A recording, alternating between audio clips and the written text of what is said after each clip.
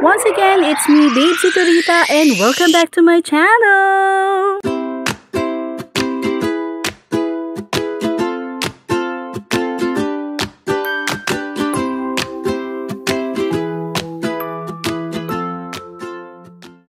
Sagutin po natin itong comment ni ma'am at bigyan po natin siya ng advice. Siya po ay nag-comment doon sa aking video na patungkol po ito sa bakit nga ba nahihirapan na muling mabuntis after nating makunan.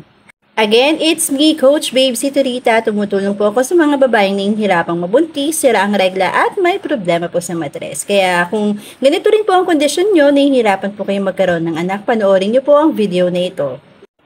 Minsan, napapaisip din po talaga tayo kung bakit dati naman na tayong may anak pero nahihirapan na po tayo muling mabuntis. O kaya naman, mula nung nakunan tayo, bakit hindi na po tayo muling nagbuntis? Katulad nga po ng lagi ko nababanggit, marami pong factors kung bakit po tayo nahihirapan ng mabuntis. Isa na po dyan, yung pagkakaroon natin ng stress. Ayan. And baka may dahilan po talaga kung bakit po talaga tayo nakunan or kung bakit nahihirapan na po tayo mabuntis. And ang lagi ko naman pong ina-advise, kailangan po talaga alamin natin kung saan po nagkakaroon ng problema. Siyempre, dapat magkaroon tayo ng check-up, diba? Magkaroon tayo ng check-up para malaman po natin kung ano talaga yung kondisyon ng matres natin, kung bakit hindi na po tayo mabuntis muli. Once po malaman na po natin kung may hadlang ba talaga sa ating fertility, at yun po yung nagiging dahilan kung bakit po tayo nahihirapang mabuntis. Doon po tayo magsimula na ayusin po muna natin yung kondisyon natin bago po tayo magbuntis. Kasi mahirap naman po na magbubuntis po tayo kaagad or agad-agad mabuntis na po tayo. Paano po kung yun po yung magiging dahilan naman po na makunan po tayo muli. So, mahirap naman po yung ganun. Kaya dapat maging ready po tayo sa another na pagbubuntis para successful din po yung magiging pregnancy natin.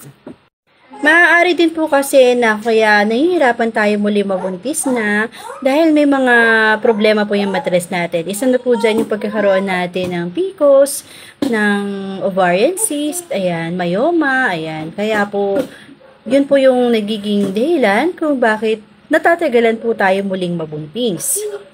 Yan po kasi yung mga common na dahilan dito sa programa namin kung bakit na nahihirapan na po mabuntis after na makunan.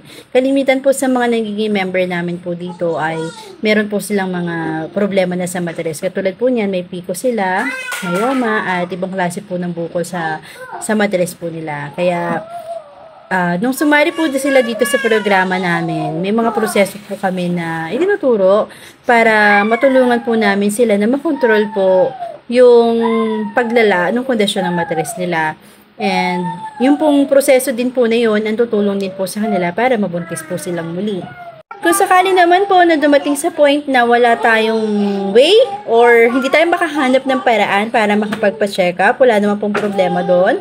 May mga iba-iba po tayong proseso na pwede nating i-apply para matulungan po namin kayo. And may iba rin po kasi na ayaw talaga nilang magpa-check up kasi po natatakot silang malaman kung ano ba yung problema ng matres nila. Natatakot silang alamin kung may sakit na talaga sila sa matres nila. Ayan, kaya pwede naman po natin pag-usapan yan. May mga iba-iba po tayong herbal na pwede nyo pong inumin kung sakaling wala naman po kayong check-up or ayaw nyo pong magpa-check up. Pero, syempre, kailangan ko pong malaman kung ano po yung kondisyon nyo. May mga itatanong po ako doon na dapat po nating sagutin para doon ko po ibabase yung herbal na dapat nyo pong inumin. Muli po, ang aking mga binahagi sa inyo ay base po yan sa mga naging karanasan ko at kaalaman ko po. At ito po ay base na rin po sa mga naging experience po ng mga na-handle ko po dito sa aming programa. Ako pong muli si Coach Babe Sitorita, tumutulong sa mga babae na hihirapang mabuntis, sira ang regla at may problema sa matres. Follow for more po!